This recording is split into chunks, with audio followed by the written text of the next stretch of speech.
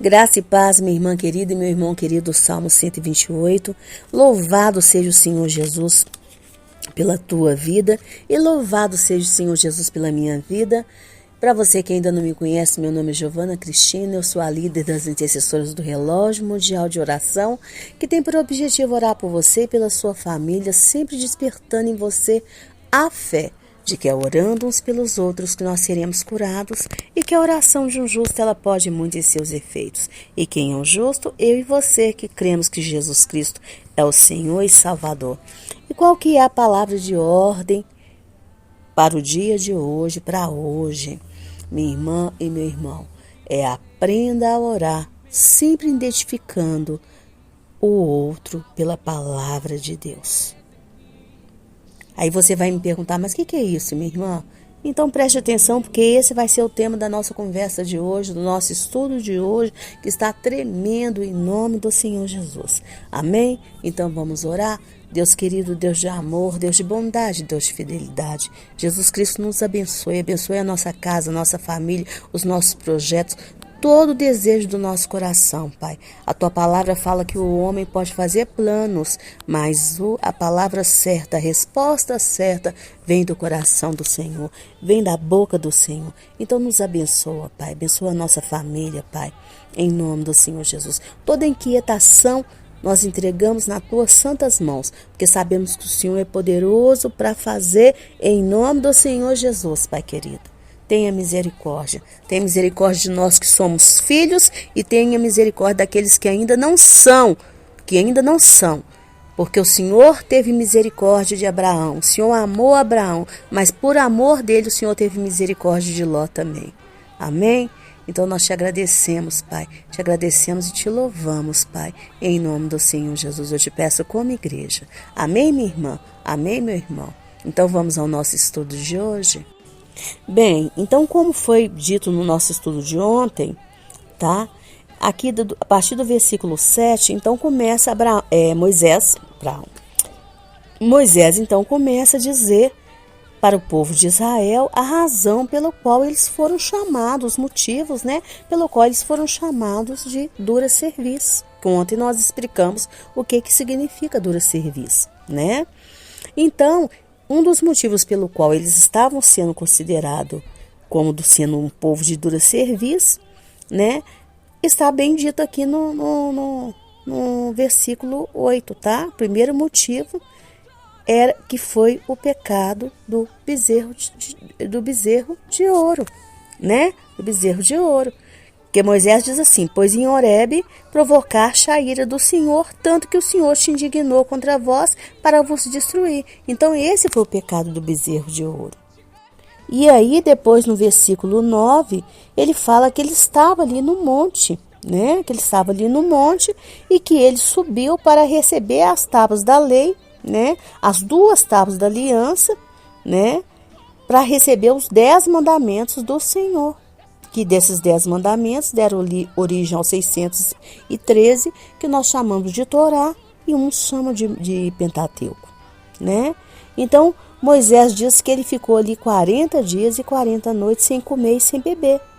E aí ele recebeu, né, as tábuas escritas, né, as 2 tábuas de pedras, né, escritas com o dedo de Deus. E nela estava escrito todas as palavras que o Senhor já tinha falado ao povo no meio ali do fogo, daquele trovão todo em que o povo estava reunido ali no Sinai. O Senhor já tinha falado e depois o Senhor pegou, só escreveu nas tábuas das leis. Entendeu? Era como se fosse assim, ó. Eu estou falando aqui, agora eu vou documentar as tábuas das leis como se fosse a palavra do Senhor documentada. Primeiro o Senhor falou, depois o Senhor documentou a sua palavra, entregando as tábuas das leis para Moisés, né? Aí no final dos 40 dias ele fala que ele recebeu essas tábuas e o Senhor mandou descer depressa, porque o povo tinha se corrompido fazendo uma imagem de fundição, do qual nós sabemos que era o bezerro de ouro. E nós já estudamos tudo sobre esse capítulo. Quem perdeu esse estudo é só abrir lá a nossa playlist do livro de Êxodo, que vai ter esse estudo todo lá completo, tá? Um estudo tremendo que você vai saber o que era o bezerro de ouro, por que eles quiseram. Eles estavam querendo substituir Deus ou querendo substituir Moisés? Você vai ver tudo lá, bem explicado, minha irmã e meu irmão. Então, no versículo 17, Moisés diz que ele então, quando ele viu tudo aquilo ali, ele foi lá e quebrou as tábuas da lei. E aí, do versículo 18 ao 25, Moisés vai nos dizer, né, que ele subiu novamente no monte e ficou lá mais 40 dias. E quando Moisés diz por 40 dias e 40 noites, como antes, isso significa que no mesmo dia Deus se reconciliou com Israel. Ou seja, o Senhor perdoou o pecado do povo, né? Pois se Moisés na primeira vez ele subiu ali, e a primeira vez dele, a primeira subida dele foi de paz, foi de alegria, então a segunda também foi de paz e foi de alegria, tá? E ele diz que o Senhor estava zangado com Arão, por Arão ter cedido à vontade do povo, né? Arão acabou cedendo à vontade do povo. No entanto, o Senhor também perdoou Arão. E quando Moisés diz que o Senhor queria destruir Arão, então isso significa, né, ali que Arão recebeu uma condenação. Foi ali que Arão recebeu a condenação da morte dos filhos dele. Ali Moisés, dizem os rabinos, que Moisés já desceu sabendo que Deus mataria metade da descendência de Arão. Ele tinha 4 filhos, Deus só deixaria sobreviver 2. Essa seria a condenação dele. E como eles sabem disso por esses estudos? Porque lá no livro de Amós 2:9 fala assim, quando o Senhor está falando sobre a sua ira, sobre Judá e sobre Israel, o Senhor fala sobre destruir o seu fruto por cima. Isso significa as crianças e os filhos. Então a ira do Senhor sobre Arão ali naquele momento iria significar que ele ia ficar sem descendência alguma, sem nenhuma descendência, sem nenhum descendente. Só acontece que como Moisés intercedeu por ele, o Senhor deixou a metade dos descendentes dele. Ou seja, o Senhor levou 2 e deixou 2. Entendeu, minha irmã e meu irmão? Quando nós vamos estudando isso e olhando os comentários dos rabinos daquela época, que está ali no Talmud, os estudos, nós vamos criando todo temor, minha irmã e meu irmão. Isso não é para você ter medo, pavor de Deus, não. Isso é para você ter mais temor. Entendeu, minha irmã e meu irmão? E se apegar cada vez mais com Jesus, porque é Jesus que tira de cima de nós toda a ira do Senhor. Toda a ira do nosso Deus, entendeu? Pelos nossos pecados de rebeldia, de idolatria, de imoralidade, de tudo. É o Senhor Jesus que afasta essa ira de nós. E aí do versículo 25 ao 29, Moisés então faz uma descrição como foi a sua oração. E ele diz que ele se prostrou perante o Senhor por 40 dias e 40 noites e orou, tá? Vou ler aqui essa oração. E orei ao Senhor dizendo, Senhor Deus, não destrua o teu povo e a tua herança que resgataste com a tua grandeza, que tiraste do Egito com mão forte. Lembra-te dos teus servos Abraão, Isaque e Jacó. Não atentes para a dureza deste povo, nem para a sua impiedade, nem para o seu pecado. Para que o povo da terra de onde nos tiraste não diga, porquanto o Senhor não os pôde introduzir na terra de que lhes tinha falado, e porque os odiava, os tirou para matá-los no deserto. Todavia são eles o teu povo, e a tua herança que tiraste com tua grandeza, força, com tua grande força e com teu braço estendido. Então veja, minha irmã e meu irmão, que nessa simples oração de Moisés, ele lembra ao Senhor que o povo de Israel é o povo do Senhor, é a herança do Senhor, né? E que eles só estavam ali pela grandeza do Senhor, né? Pela grandeza do braço forte do Senhor, porque foi a mão forte do Senhor que os tirou do Egito, né? Ele lembrou que o Senhor tinha uma aliança com Abraão, Isaque e Jacó, e, portanto, não era para o Senhor olhar para a dureza do coração do povo. Ou seja, o Senhor não olha para o fato desse povo ser duro a serviço. Mas olhe para a aliança que o Senhor tinha com os patriarcas, para que depois o nome do Senhor não viesse cair em descrédito na boca do povo de Canaã, né? É o que Moisés estava dizendo em outras palavras, minha irmã e meu irmão, né? Então entenda uma coisa, que o povo de Deus só existe um, tá? E este povo é o povo de Israel, tá? Israel é a oliveira do Senhor. O povo judeu é chamado por apóstolo Paulo como sendo os ramos naturais da oliveira.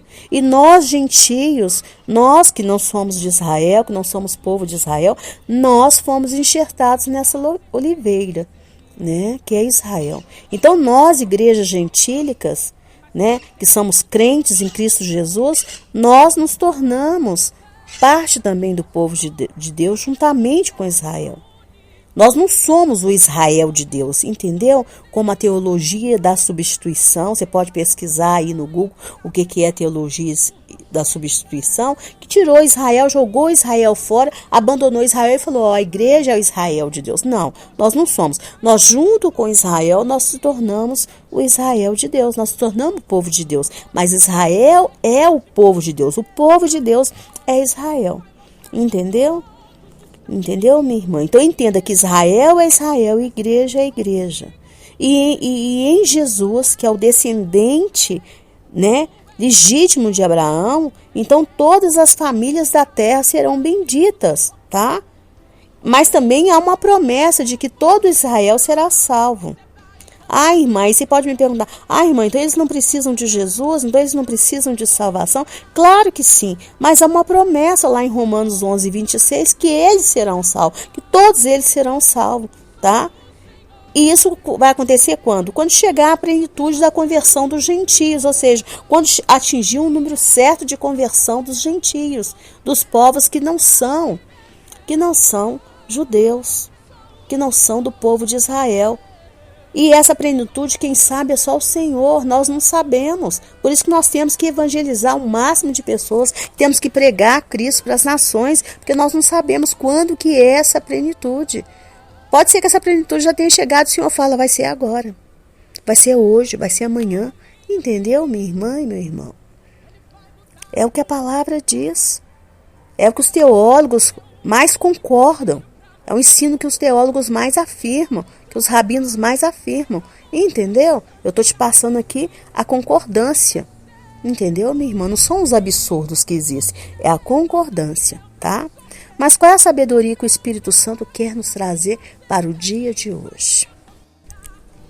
Então a sabedoria que o Espírito Santo quer nos trazer para os dias de hoje é que nós, minha irmã e meu irmão, nós devemos prestar bastante atenção nas nossas palavras quando nós vamos orar, entendeu? Quando nós vamos orar. Isso por qualquer pessoa, tá? Por nós mesmos, tá? Pelas nações. Porque diante de Deus nós não podemos, minha irmã e meu irmão, chamar de povo quem não é povo, tá? Porque povo de Deus é só Israel, tá bom? Então nós não podemos chamar as nações aí de povo de Deus. Ah, Deus, seu povo. Pegar um povo que está lá em outro país, não vou nem falar aqui para não ofender as nações, tá? A nenhum tipo de nação, para não cometer nenhum crime de xenofobia. E falar é povo de Deus. Não é povo de Deus, eles vivem no paganismo, né? Nas múltiplas crenças, como é que eu vou chamar esse povo de Deus? Minha irmã e meu irmão, não podemos. Povo de Deus é só o povo de Israel. Entendeu? Tá? É o povo de Israel juntamente com a igreja. Por que a igreja?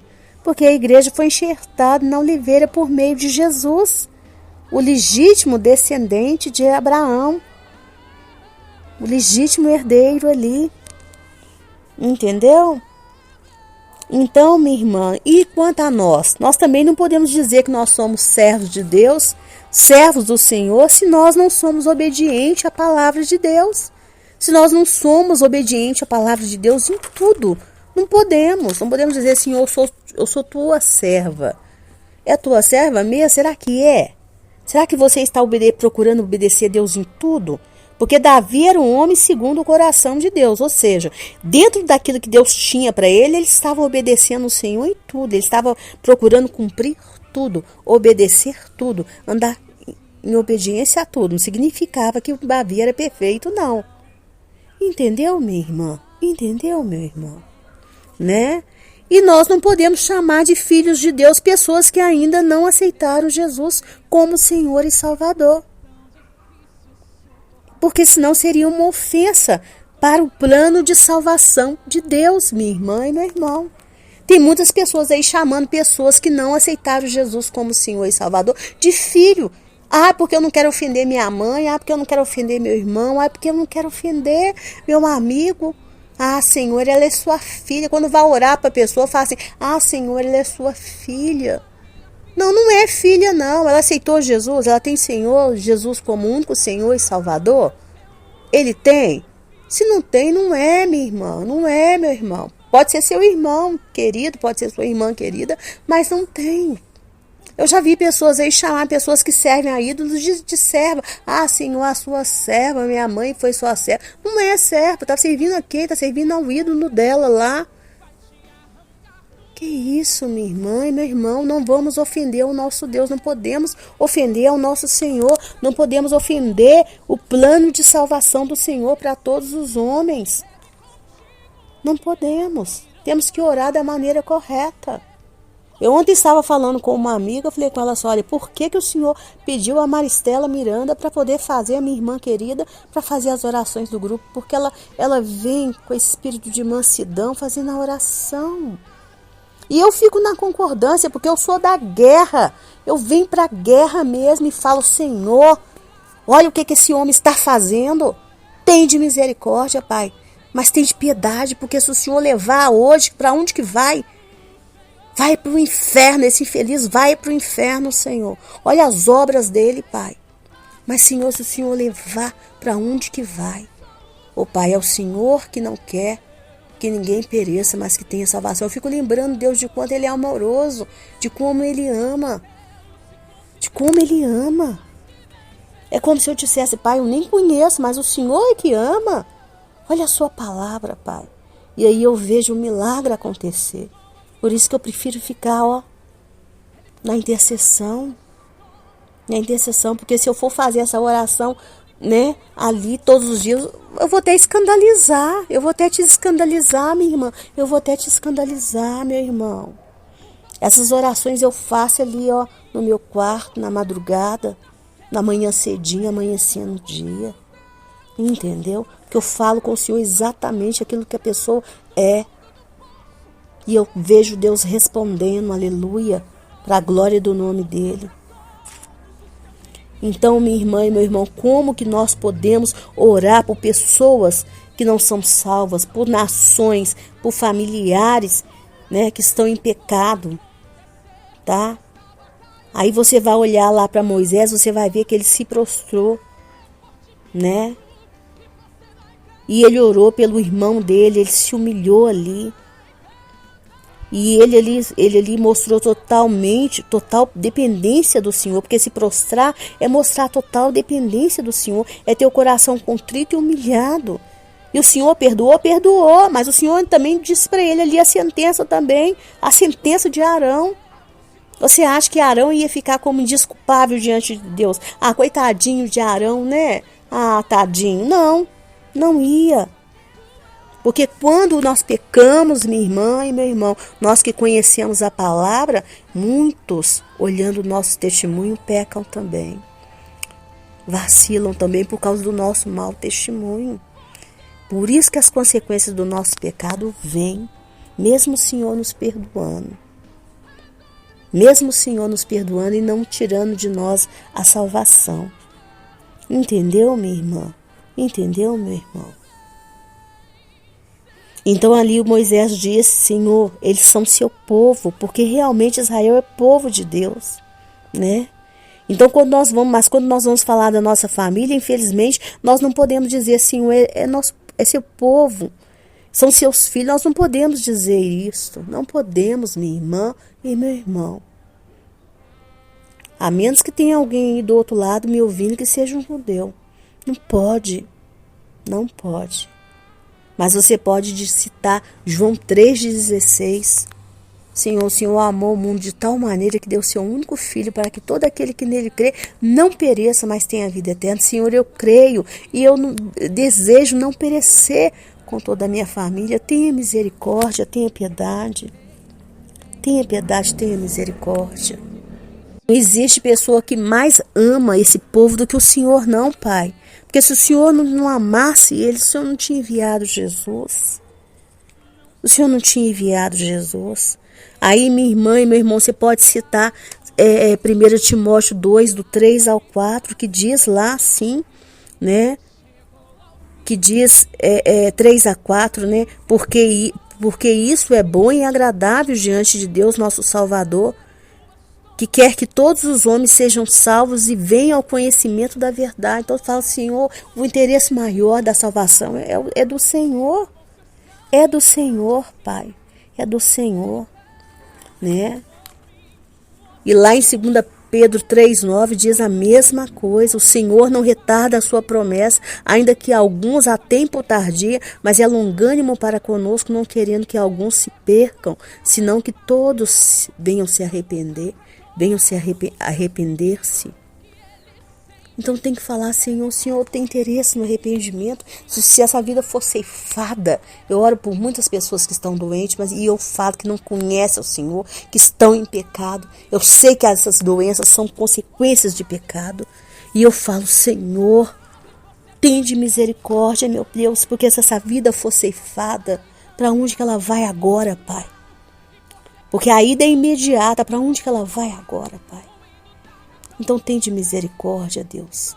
Enquanto houver vida, há esperança, Senhor. Então aprenda a orar, minha irmã e meu irmão, identificando as pessoas exatamente do jeito que elas são.